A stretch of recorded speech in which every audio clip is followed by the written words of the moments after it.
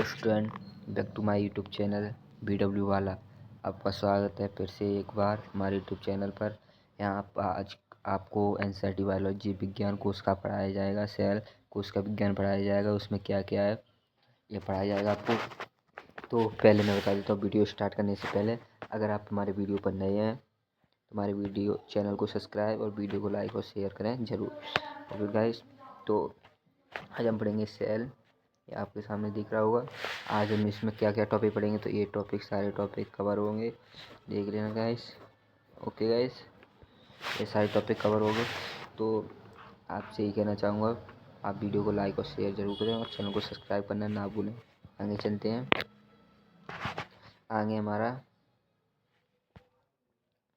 Guys इससे ये है गाइस, आपको दिख रहा होगा साइटोलॉजी। साइटोलॉजी में कोश का विज्ञान, साइटोमिस कोश का और लॉजिमिस अध्ययन।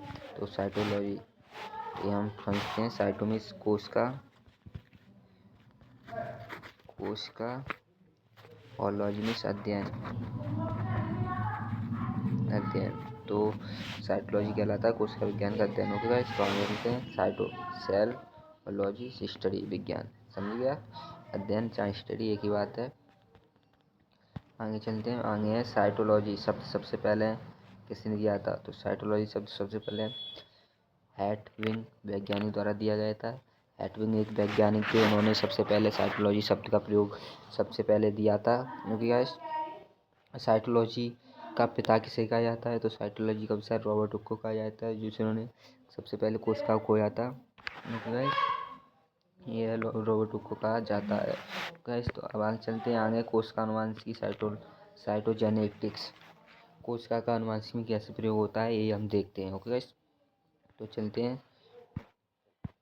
ये है हमारा, यहाँ पर हम कलर को थोड़ा छोटा करते हैं। ओके, अब देखते हैं अनुवांशिकी की वह शाखा जो कोशिका नाभिक के भीतर DNA की संरचना का अध्ययन करती है, एक कोश की जीव विज्ञान कहलाती है। ओके, कोश के जीव विज्ञान का भी एक हिस्सा है। इस बात से संबंधित है कि गुणसूत्र कोशिका के बाहर से कैसे संबंध रखता है। ये कोश का विज्ञान, कोश का अनुवांशिकी से इस बात से संबंधित है कि गुणसूत्र कोशिका के बाहर कैसे संबंध रखता है ये। तो कोश का अनुवांशिकी के पिता थे H.J. Müller. Okay guys, H.J. Müller थे। रॉबर्ट हुक ने अपनी किताब माइक्रोग्राफिया में बताया कि कोशिका क्या होती है। अगर आपको विस्तार से जानना है तो उन्होंने, रॉबर्ट हुक ने बताया था अपनी किताब में माइक्रोग्राफिया में कोशिका क्या होती है। गाइस, ये पॉइंट क्लियर, ये क्लियर। अगला देखते हैं। ओके, ये पॉइंट हमारा क्लियर, ये क्लियर। आगे देखते हैं। आधुनिक कोशिका विज्ञान साइटोलॉजी के पिता स्वान्स, किताब सेल। स्वान्स थे आधुनिक, आधुनिक मतलब स्वान और सेडाइल थे, आपने सुना ही होगा कोशिका विज्ञान में अध्ययन। ओके गाइस, अगला पॉइंट हमारा भारतीय कोशिका विज्ञान के पिता A.K. शर्मा। ओके गाइस, ये हो गया। तो हम आगे चलते हैं कोशिका की खोज। तो कोशिका की खोज पढ़ते हैं। तो कोशिका की खोज 1665 में सबसे पहले रॉबर्ट हुक कोशिका की खोज की गई थी। इसके द्वारा मृत कोशिका की खोज की थी। पहले जीवित कोशिका की खोज की थी, फिर उसके बाद मृत कोशिका की खोज की थी। तो जीवित कोशिका की खोज कैसे की थी गाइस, तो उन्होंने एक पादप देखा था, आर्किड नाम का पादप था। आर्किड नाम के पादप की छाल होती है, जो पादप के ऊपर ऐसी छाल होती है ऊपर, उसमें उन्होंने कोशिका का, इस कोशिका को देखा था, जीवित कोशिका को गाइस। तो हम देखते हैं सजीव जीवित कोशिका की खोज। सजीव कोशिका की खोज सबसे पहले A.B. लियोनॉफ ने की थी। एंटिमोन लियोनिक, फुल नाम है एंटिमोन लियोनिक, शॉर्ट में A.B. लियोनिक के द्वारा की गई थी। इनके द्वारा खोजी गई जीवित कोशिका का नाम जीवाणु था, बैक्टीरिया था। लियोनॉफ द्वारा खोजी गई कोशिका जीवाणु, बैक्टीरिया, RBC, प्रोटोजा, स्पर्म, शुक्राणु आदि थे। ओके गाइस, आगे चलते हैं। आगे है कोशिका सिद्धांत। कोशिका सिद्धांत किसने दिया था, तो कोशिका सिद्धांत 1824 में ड्यूटोरोसेट ने कहा कि कोशिका का समूह मिलकर ऊतकों का निर्माण करता है। 1824 में कोशिका को समूह मिलकर ऊतकों का निर्माण करता है। फिर ये गलत बात थी, इन्होंने ये सिद्ध नहीं कर पाया कि कोशिका का निर्माण कैसे होता है, इन्होंने सिद्ध नहीं कर पाया ना, तो ये भी बात गलत थी। फिर द्वारा बाद में आया 1839 में स्लाइडेनसोर ने कहा कि सजीवों का निर्माण कोशिका से मिलकर हुआ है। इन्होंने कहा था सभी जीवित प्राणियों का निर्माण कोशिका से मिलकर हुआ है। तो ये भी बात सिद्ध नहीं कर पाई थी कि कोशिका कैसी बनती है। तो फिर आए हमारे रुडॉल्फ और बिरचू ने कहा सभी नई कोशिकाएं अपनी पूर्व की कोशिकाओं से बनती हैं। मतलब सभी संतति कोशिकाएं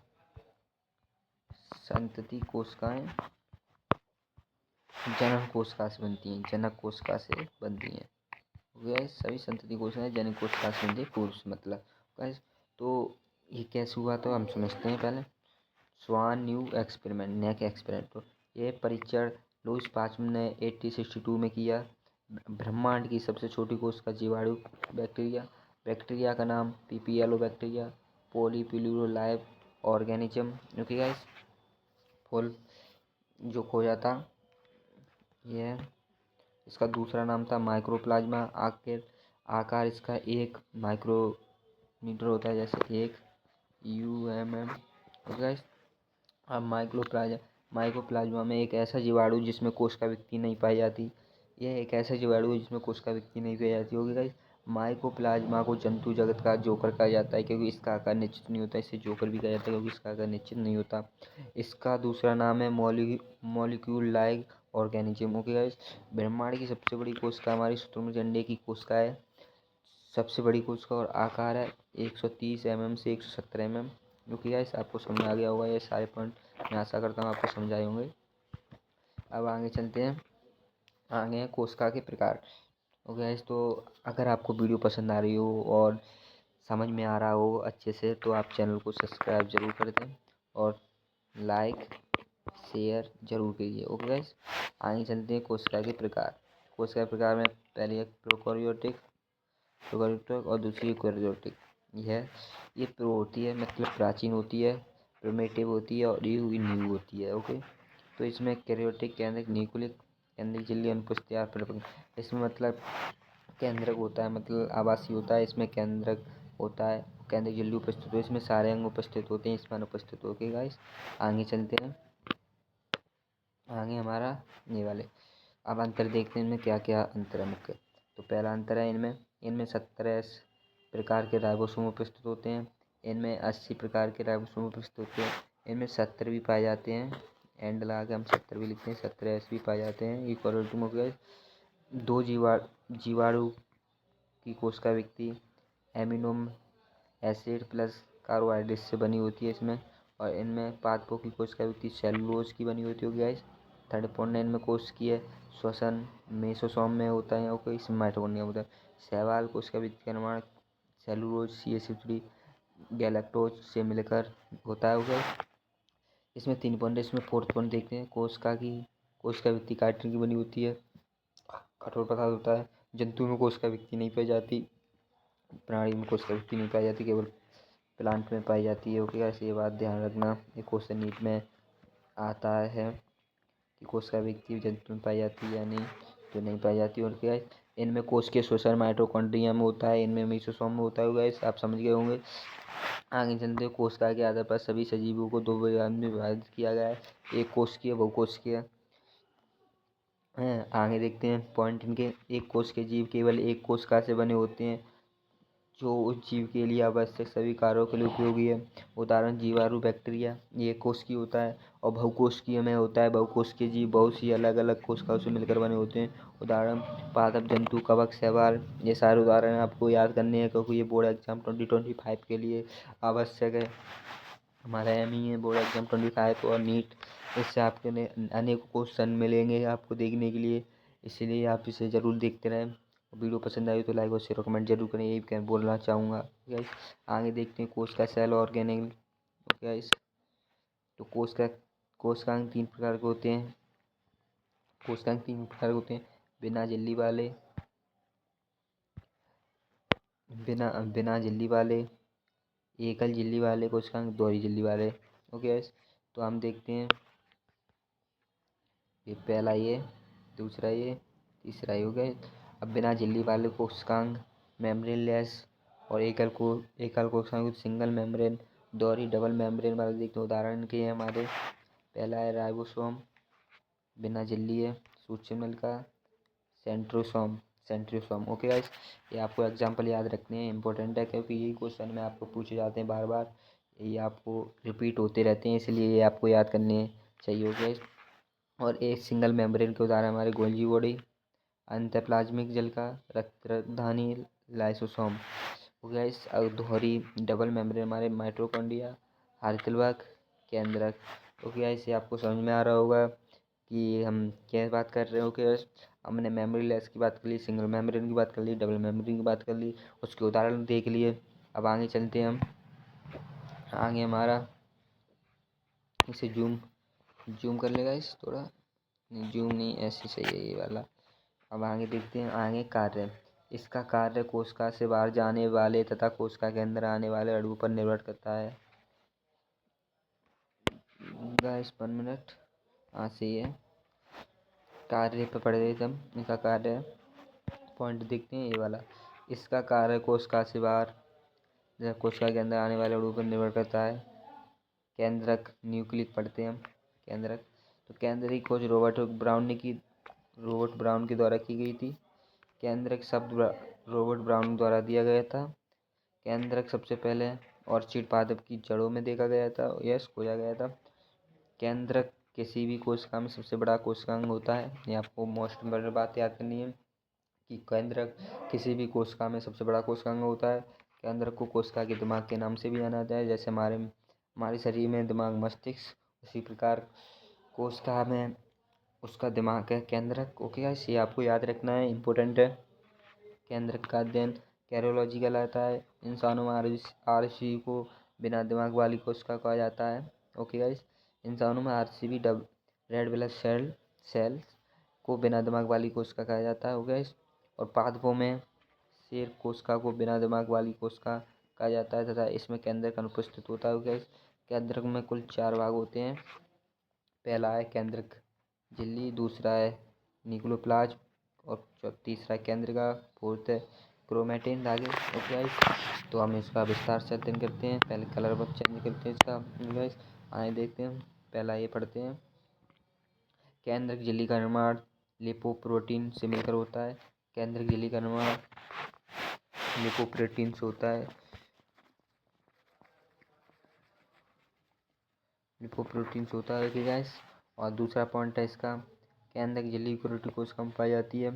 केंद्रक झिल्ली केवल यूकेरियोटिक कोशिकाओं में ही पाई जाएगी गाइस, ना कि प्रोकैरियोटिक कोशिका में। आपको समझ में आ रहा होगा कि मैं क्या कह रहा हूँ। ओके गाइस, समझ में आ रहा हो तो चैनल को सब्सक्राइब, वीडियो को लाइक जरूर करें। कोशिका केंद्र के द्रव को न्यूक्लियोप्लाज्म कहते हैं। जो कोशिका के केंद्र के द्रव, कोशिका के केंद्र में जो द्रव पाया जाता है उसको न्यूक्लियोप्लाज्म कहते हैं।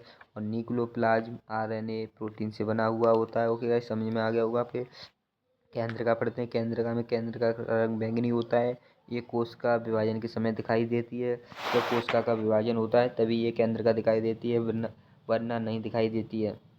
क्रोमेटिन पढ़ते हैं। क्रोमेटिन में हमारे केंद्रक में स्थित धागेनुमा संरचना को क्रोमेटिन कहते हैं। जैसे ये हमारा केंद्रक है और इसमें ये धागेनुमा संरचना पड़ी है, इन्हें हम क्रोमेटिन कहेंगे। ओके गाइस, ये आपको समझ में आ गया होगा। आगे अगला पॉइंट देखते हैं। ऐसे अम्ल जो किसी केंद्र के अंदर मौजूद होते हैं उसे न्यूक्लिक अम्ल कहते हैं। जो किसी केंद्र के अंदर, जैसे कलर चेंज करते हैं हम, रेड करते हैं। ये हमारा केंद्रक हो गया। इसके अंदर सल्फ्यूरिक अम्ल है,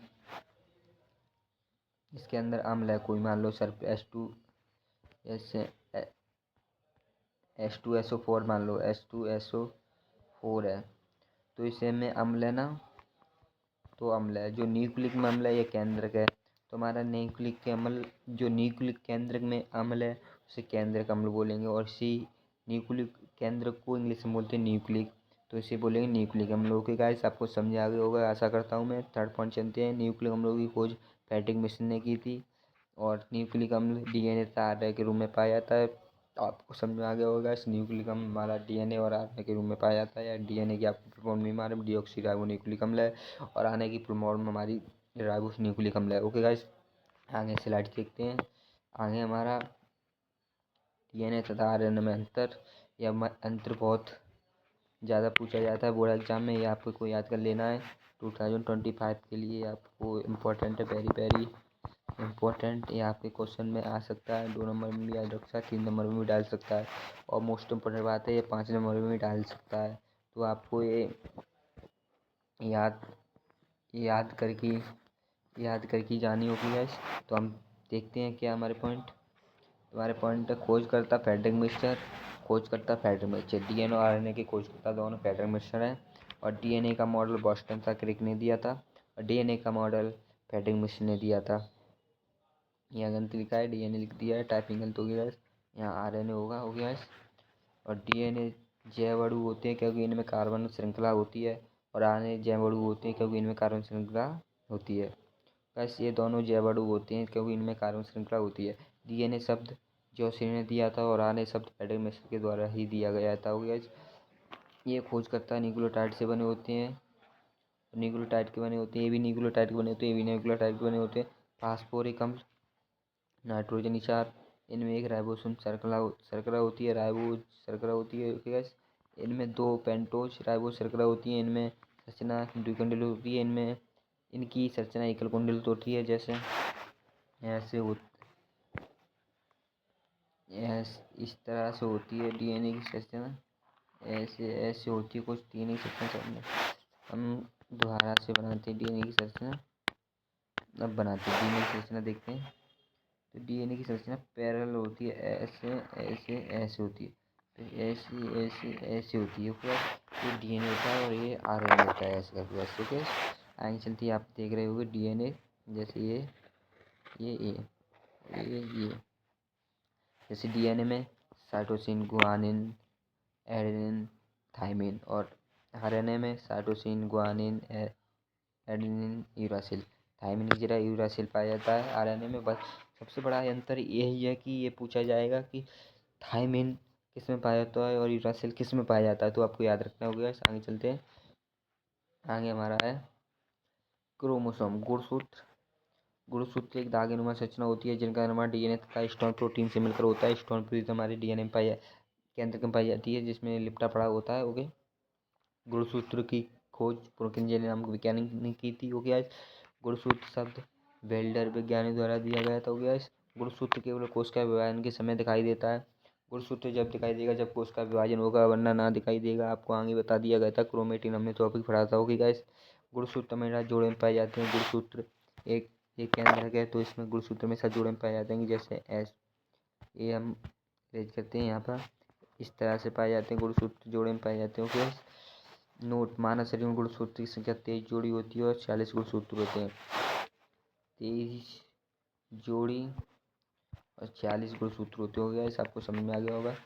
आगे चलते हैं। 23 जोड़ी गुणसूत्र जैसे ऑटोसोम्स, वे गुणसूत्र जो पुरुष और महिला दोनों में समान होते हैं। जैसे जैसे पुरुष में एक्स वाई और मादा में एक्स एक्स, ये फीमेल है और ये मेल है। तो इसमें समान कौन सा एक्स, तो एक्स समान है, तो इसे हम बोलेंगे एटोसोम्स। ऑटोसोम्स जो समान होते हैं वो कितने होते हैं, 22 जोड़ी। इनकी संख्या 22 जोड़ी होती है। ओके गाइस, 22 जोड़ी।